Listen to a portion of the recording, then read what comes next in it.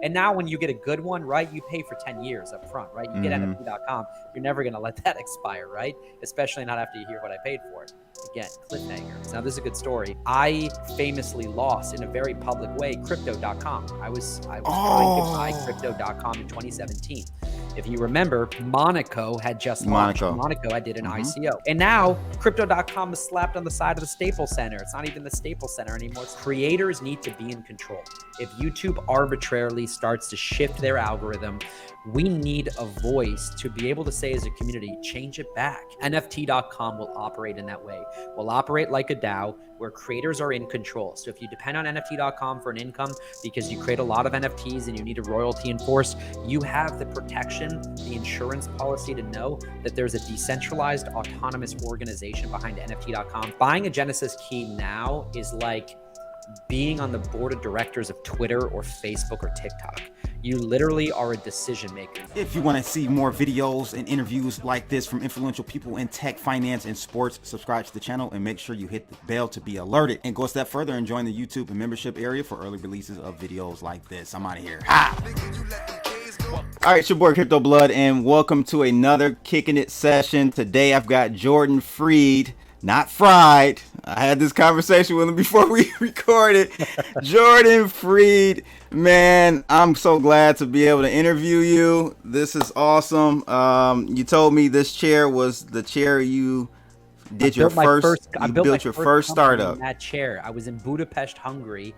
I needed office furniture, and IKEA was where I went. And no one spoke English at the IKEA, but I knew what that was.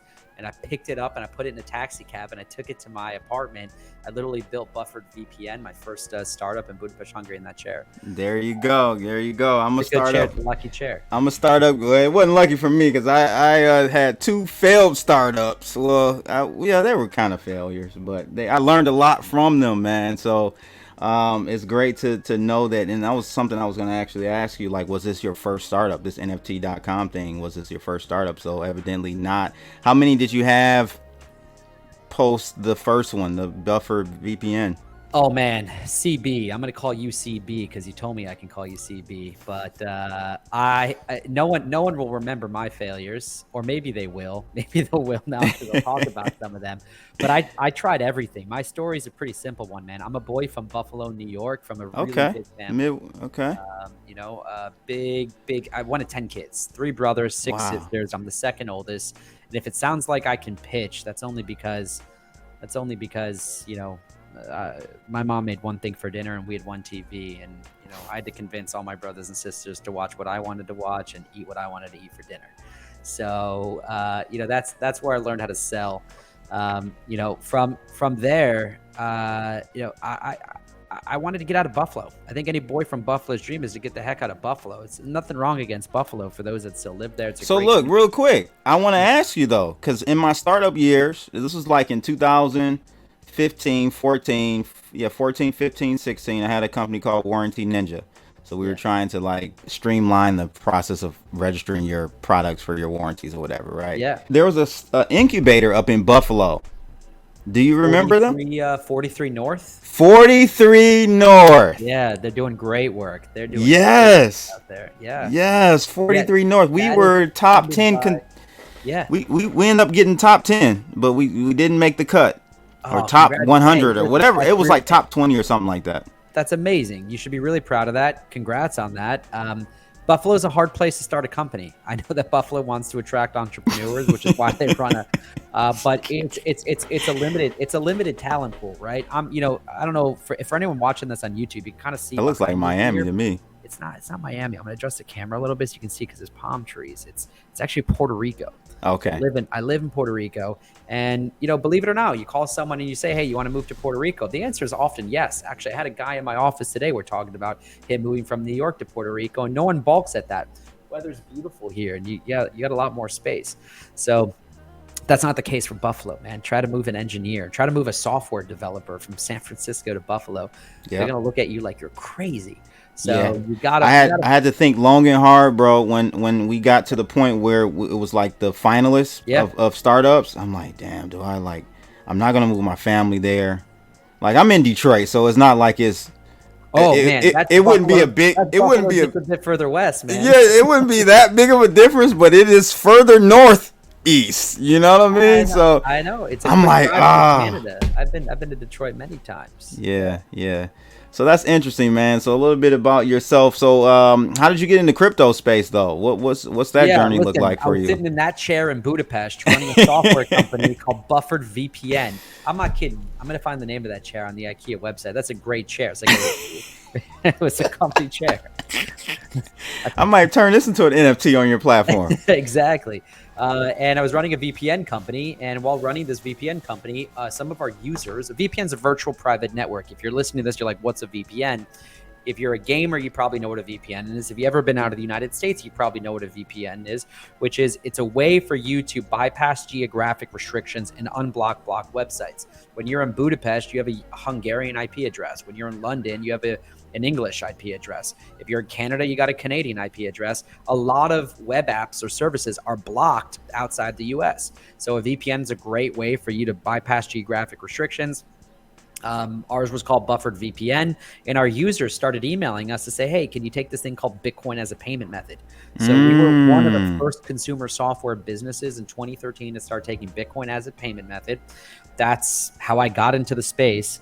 And I never looked back. Wow, sold that business when I was 27 years old. We got acquired. And then I thought I had made it, right? And I did. I'm objectively wealthy by any standard. 27, boy from Buffalo, no college degree. I'm in Budapest. I'm like, I'm going to buy a restaurant. I'm going to buy a coffee shop. I'm going to just start making investments. I ended up convincing my wife to move to New York City at the time. And we agreed to go there. I take my newfound liquidity. I start pouring it into crypto. I'm buying ETH at $7. I'm buying Litecoin at $4. I was a huge Charlie Lee fanboy. I did all the ICOs in 2017. Literally name one. I did it. I was part of it, and not always proud to be part of it. These weren't always, but I was looking for projects building on blockchains, and there were only Ethereum projects building on top of the Ethereum network, and that was interesting. I moved to New York. I meet these two guys, Dr. Lehman Baird and Mance Harmon, who had this algorithm called Hashgraph. And I'm like, took my chips, I pushed them in the center. I'm like, I'm all in. Love this thing. Love this Hashgraph thing. It wasn't even called Hedera back then. It was called a Hashgraph. That was the technology. And I said, hey, I'll do this, but I'm a young guy and I'm really excited. I want to make sure that we do a public network on this algorithm. I mean, they wanted to license the algorithm to big companies. I remember. I want to do a coin. And I want to do a Hashgraph coin. And a lot of people did. And they agreed. And that became Hedera. Unbelievable career experience, right? Because I'm like, I'm basically the fourth person in the project. I got to do everything. I got to, Mance was like, hey, there's a lawyer in New York. I think we should go hire her, go meet her. I got to go meet Natalie Furman, right? Natalie Furman's general counsel at Hedera Hashgraph. I'm 27, no college degree. I'm meeting Natalie. I'm like, hey, come join us. Come join us on this mission. And then like, hey, I opened up our APAC office in Singapore and, traveled all over. And my job was to recruit the Hedera Governing Council. I recruited Google, IBM, Boeing, Deutsche Telekom.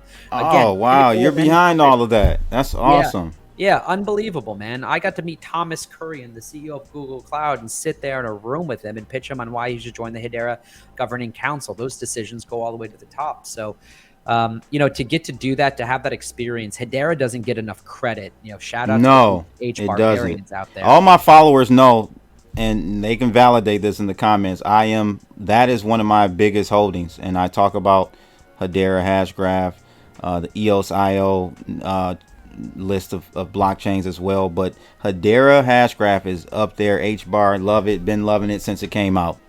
So I'm right there with you. And I think you picked up on something, and I think you're early to it, because I think that it's been neglected for a couple of reasons, and I think namely that it's governed by multi-billion-dollar multinational companies. But I think that makes the platform stronger, and I think that's that it's the world's first enterprise DAO.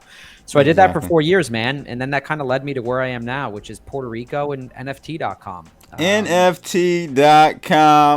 I wish I had my soundboard going. I had licked the shots off right now. I feel like lights should be going off, right? Oh my, how the hell we can end the interview after I ask this question. How did you get NFT.com?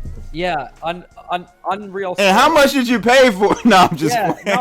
no, I'll tell you. And if you keep listening to the end of this interview, I'll tell you. We'll use it as a cliffhanger. There you go. Good one, Jordan. Good one. Listen to the end, and CB, don't let the interview end without me telling how much we paid for it. But I've been in the domain space for a while. My name is Jordan Freed, but if you look at my last name, it's spelled like fried. So I bought fried.com. And I bought that for nothing, and I've gotten offers in the millions of dollars for fried.com, right? Just from like fast food chains, anyone who you can imagine who would like the word fried. And I won't out anybody, but yeah, there's some big companies who've contacted me for that. And I've always loved a good domain name. I live in Puerto Rico. I own PuertoRico.com. It's like owning real estate in Manhattan. A good .com domain name, I don't think is going to lose its value. I've never sold a domain name. Honest to God, I've never sold a domain name. So what do you lease them? No, I don't even lease them. I just hold them. I'm literally a squatter. I'm a hoarder. I'm a crazy hoarder. I just hoard domain names. So you have the mentality of, what's that guy that's going ape shit crazy over Bitcoin now? Sailor Moon. What's his name? Saylor? Michael Saylor. You're like him because he made millions of dollars off of domain squatting. Yeah, I'm crazy about domain names. I like them more than I've ever liked like Michael Jordan rookie cards, or more than I've ever liked Pokemon cards or anything else out there, right? It's like I've been all in on domain names from the very beginning, from the time I was a kid. And, I get as many as I can. It's crazy. I think your audience would throw up if they saw how much money I spend every year. On recurring, yeah. I'm not on your level, but I spend a couple $1,000s a year. Yeah, I know. Fees, just recurring those things to keep them. And now when you get a good one, right, you pay for 10 years up front, right? You get NFT.com, you're never going to let that expire, right? Especially not after you hear what I paid for it. Again, cliffhanger. But yeah, we're keeping the audience engaged here. Yes, They're going to like this. They're going to listen to the very end. So listen, I contacted one of the domain brokers. I'm like, send me your crypto domain names. Now, this is a good story.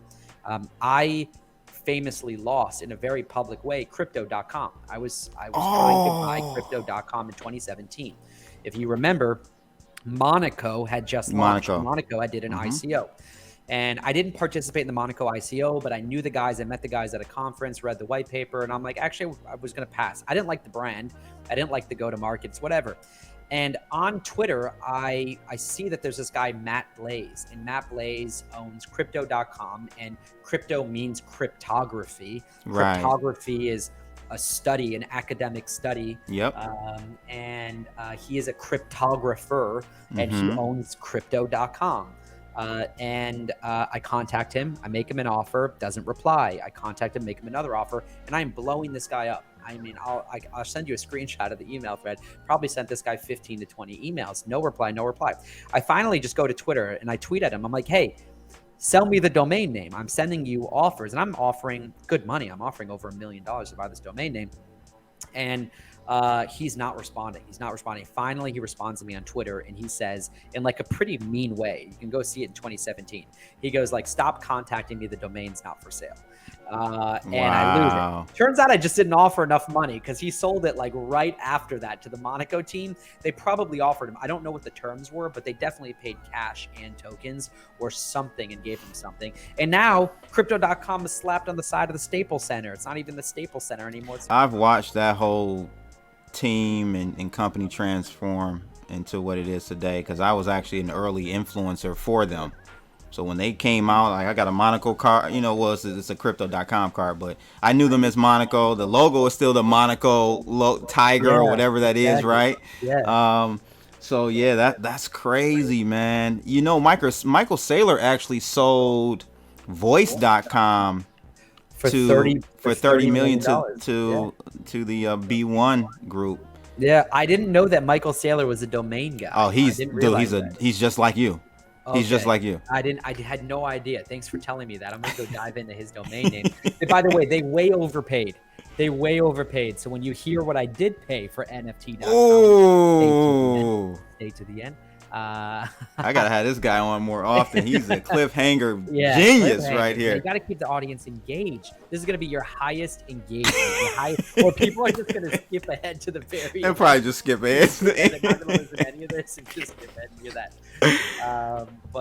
No, it's an unbelievable thing. Again, never sold them. Always figured out how to develop them. So Love a good domain name.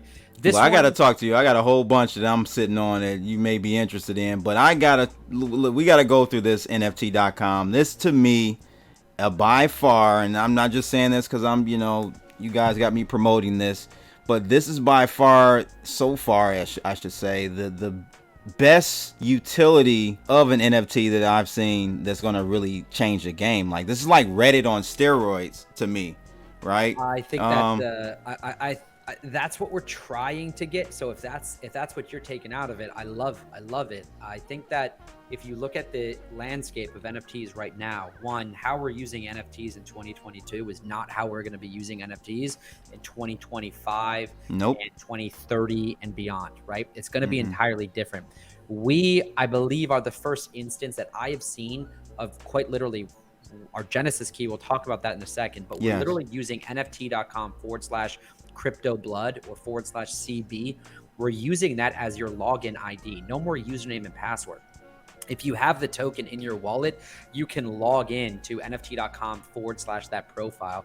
That profile first, but before I even talk about what that profile does, that's a dope link in bio. That's awesome, right? NFT.com /CB. There you go. Or CryptoBlood. You put that as your link Linktree. No. RIP Linktree. Yeah. You're done. Just use that. Use that. You don't even need Linktree. Just put that in your Twitter bio. Put that in your Instagram bio. Put that on your TikTok. I mean, it's a great link. It's a really short form link. It's way better than OpenSea.io and any of that. But that profile, you go to it. That's your gallery if you're a collector. It's your storefront if you're a creator. And it all vertically integrates into a decentralized marketplace. I think the most exciting thing about this, though, is that, we want to solve the problems of the existing community. We want to solve the problems that you have on OpenSea today, where creators are disenfranchised. CryptoBlood, you're a YouTuber, right? You literally, your business is beholden to YouTube's algorithm. Yep. Does YouTube want to rank you high? That algorithm. No, they don't. Yeah, exactly. It's frustrating. Why don't they want to rank you high? What's going on? Is it your thumbnail photo? You have no idea. You're constantly experimenting. Yeah. With the whole cottage industry, search engine optimization, right? YouTube optimization. How do you rank? How do you get more clicks? And YouTubers, and especially people like you are so dependent on that algorithm for your business. Creators are disenfranchised. There's a whole movement, you probably remember it, demonetization, where some big creators got demonetized arbitrarily. Big problem. Creators need to be in control. If YouTube arbitrarily starts to shift their algorithm, we need a voice to be able to say as a community, change it back. You just messed up a bunch of small mom and pop businesses that are creators that depend on this. NFT.com will operate in that way. Will operate like a DAO where creators are in control. So if you depend on NFT.com for an income because you create a lot of NFTs and you need a royalty enforced, you have the protection, the insurance policy to know that there's a decentralized autonomous organization behind NFT.com and not some crazy sociopathic dude in his 30s named Jordan Freed who makes all the decisions on the platform and is like, hey, you're off the platform. You're censored. You're deplatformed. You don't need that. We don't need more of that in the world. We got enough crazy, tech conglomerates and white dude sociopaths running the internet today. We need you. We need the creators. We need the ecosystem together to get behind these platforms. So yeah, we're all in on Web3. We're all in on decentralization. NFT.com is going to be entirely open source, open license. And if you go to the webpage and you're thinking, hey, this looks really awesome, but it's kind of mysterious, that's intentional, right? When you're dropping an NFT, it's really important that people don't buy it and think you're promising them huge, massive future returns. If I said that, the NFT would be a security, right? We're being super smart and taking a very conservative approach from a legal perspective. Buy the Genesis key. Buying a Genesis key now is like being on the board of directors of Twitter or Facebook or TikTok. You literally are a decision maker. You get to help. That could be a good thing or a bad thing because the board of directors of Twitter are horrible. They are horrible. they don't own any of the stock. They're just there. But no, I'm just playing with you. Go ahead. But what if the board of directors, the people who hold this NFT, they wouldn't be terrible. They'd be creators. They'd be YouTubers. They'd be people like you. They would be people who actually care and give a shit and want this thing to work. So I think it's super exciting to game out what is this going to look like when all the creators are on board. when they're all involved. And listen, I can't pull this off without your listeners, without the community. NFT.com isn't mine. I'm not the CEO of NFT.com. I'm the founder, and probably the community leader and evangelist, but we need the collective effort of the community to beat OpenSea, right? OpenSea is a $13.3 billion company at their last valuation. If we're going to beat them, if we're going to get NFT.com on the side of the stadium, it's because we did it together. It's because we came together and we stood up for creators' rights, and we knew that mattered. And that's exciting, man. And yeah, can we all make a lot of money in the process by making NFT.com big? Probably. There's going to be those opportunities too. So if any of what I'm saying is exciting, April 26th, Crypto Blood, your audience can go to NFT.com right now, join the allow list or the white list, as it's called there. You click it, green light your Ethereum address and your email, and you're able to bid on a Genesis key April 26th. And once you get that Genesis key again, you get 2 NFT.com profiles, NFT.com/whatever you want. That's how you sign up. That's how you become a user of the platform. No, this is going to be great. I wonder, what is the valuation of Crypto.com right now? Did they ever take outside funding? Yeah, I mean, they raised a bunch of money in that ICO. I don't recall the other funding rounds, but if you actually just look at them after the rebrand, and I can tell you right now, fully diluted market valuation of just the token. I'm not even talking about the equity in the business. Yeah, the equity. Yeah. It's over $12 billion today, right? So it's like, yeah, that token may have corrected a bit. And yeah, that token is, it's gone as high as, I don't know, all time. I forget what the all-time high was. I think it hit close to $1. Yeah, 80 something cents. Yeah, 80 cents. But, at 40 cents here, $12 billion, yeah, they can afford to put their name on the Staples Center, right? They can afford to do what they're doing. So it's really crazy to see what's happened in the market, because we know at least they didn't raise $1 billion in funding rounds. That's so. Yeah, I don't think they needed to, man. I think they were selling the token. I think right. So that's probably close to what they would be worth, right, on books. I mean, there's a multiple on that. Well, think about the fee in the marketplace too, right? There's going to be many multiples of that, right? Because they make money every time you buy or sell Bitcoin, kind of like Coinbase does. So I don't know what happens to that fee. I don't know if they have a DAO, but what I do know is that, that fully diluted valuation of the coin alone is huge. It's huge. That's it. I say all that to say, I'm just trying to get some comps, right? Yeah. Crypto.com, NFT.com, blockchain.com, bitcoin.com. These are marquee brands. NFT.com, it's either going to be a $10+ billion brand, or I'm going to die. I'm going to die trying. No, it's going to be. No. I'm going to go all in on. I'm not kidding. Like, for everyone listening to this, I'm all in. I'm a boy from Buffalo with 2 chips on his shoulder. Yeah, I helped build Hedera, but it wasn't just my project. I had a great team behind me. I am all in on this. I think that's so important to understand, right? I don't do it for the money. I don't do it because I want to party or any of that. I genuinely love what I'm doing right now. I feel so at ease that I've got an amazing team of people and we're building an amazing product. If I can do this for the rest of my life, I'm pleased. So yeah, am I going to try to be the best at it? Do I want to see NFT.com on the side of a stadium? Absolutely. But will it be because Jordan Freed decided? No. It'll be because the DAO said, hey, let's go do this. The DAO said, hey, this is going to be good for us, and the community wanted to get involved. That's what's going to be so amazing about it. Yeah, this is awesome, ladies and gentlemen. Make sure you definitely jump over to NFT.com to join that whitelist. I've got me some Genesis keys. I'm not even gonna, the names I've got.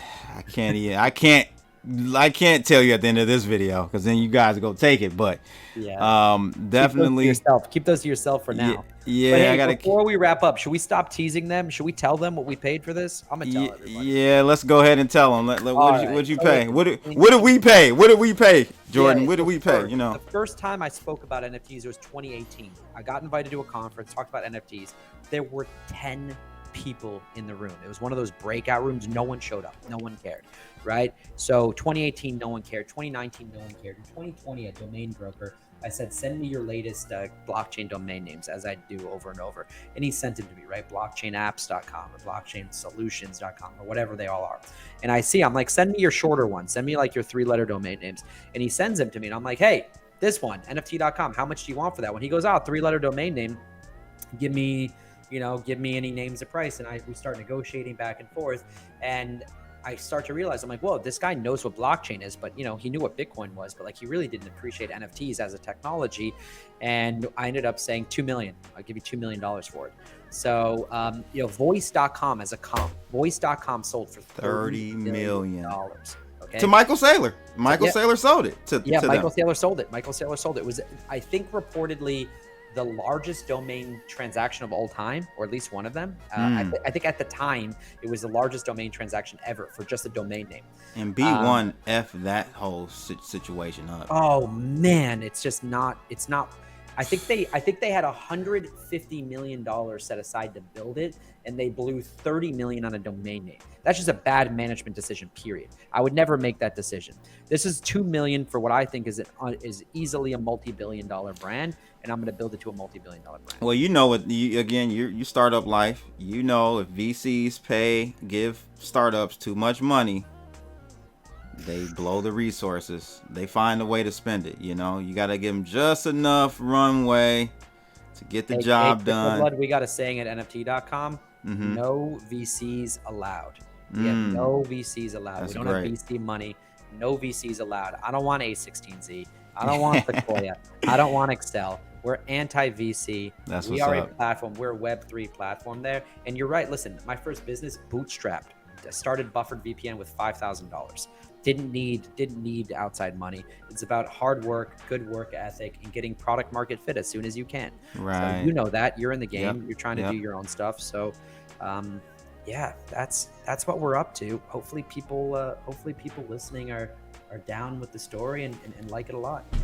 Yeah, this is big, ladies and gentlemen. Make sure you get over there, get your whitelist going on, and man, I'm excited, and I'm more excited about you being part of, and the whole Hedera thing. Are you still involved in any capacity with the network? Oh man, I talk to people at Hedera on a regular basis. I continue to be one of the largest holders of HBAR in the world. I love HBAR. I love my HBAR. Always honor your path.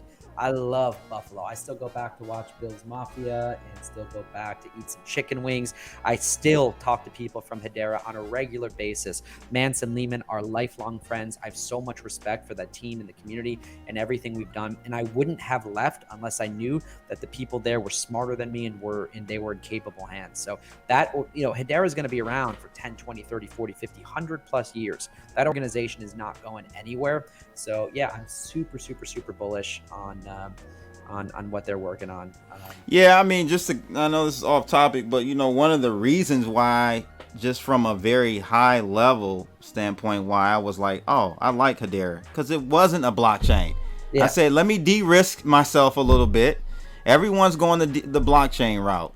Let me do it. Let me do something different. Hashgraph. What the hell is, you know what I mean? Let me go that route and put some money into it. But then the more and more I found out about it, you got to give a lot of credit to Mike Maloney.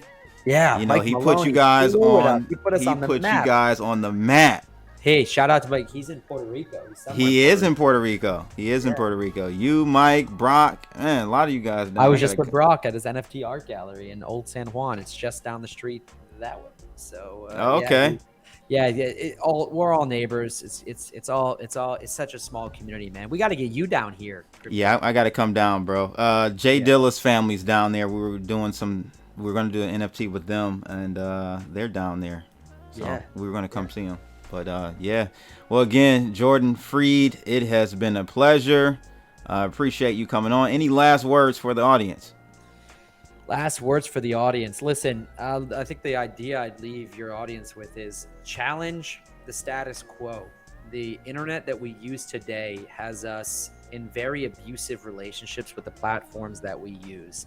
They collect our data. They don't honor our rights. And when you become an Instagram influencer, or when you become TikTok famous, or when you become crypto Twitter famous and build a massive following, you're just building a mansion on someone else's land. We need to rethink these platforms. And, I think when we were all using MySpace, we all said, hey, nothing better is going to come along. And then you get Facebook. When we were using Alta Vista, we said, hey, nothing better is going to come along. And you got Yahoo. And then we are using Yahoo and we got Google, right? Just because we're using the web apps we're using today doesn't mean that something better is not going to come along. And understand that Web3 technology is going to enable us to re-architect these applications so that creators and users, we're not the product. When Facebook gets on CNBC and talks about how much money they made last quarter, they brag that we made $15 per user this quarter. They brag about us. They don't say that, we're, how many people, how many small businesses they helped or all of that. They say, hey, this is how much we made off of you and your data. That's not how we need platforms talking. We need platforms for creators, by creators. And I don't think that's naive and unrealistic. I think that that's what this technology does. Bitcoin enabled anyone to send a transaction across the internet without ever using PayPal or a bank or Swift or any intermediary. Web3 technology will enable us to communicate with each other without an intermediary taking our data in between. It'll allow us to engage in commerce, or we already do, Uniswap, without there being a centralized marketplace there. That's what DeFi is. NFT, the space is early. Talking about NFTs in 2022 is like talking about ERC20 tokens in 2017 or layer 1 protocols in 2017. If you're talking about NFTs in 2022, you're early. There'll probably be a dip and a correction, but look for NFT.com to be one of the formidable players in the space, largely because I'm just not going to shut up and I'm going to keep doing what we're doing. And if you like any of this, join us. Join the NFT.com community. If you disagree with me, join the NFT.com community and tell me you disagree with me. But I invite all of you listening to really get a Genesis key, get involved, come help run this thing and leave your imprint on it. So thanks for listening. Crypto Blood, thanks for having me. Absolutely. Again, ladies and gentlemen, thank you for tuning in to another Kicking It session. Make sure you guys like, share, and subscribe and click that bell to receive more videos like this. I'm out of here. Holla!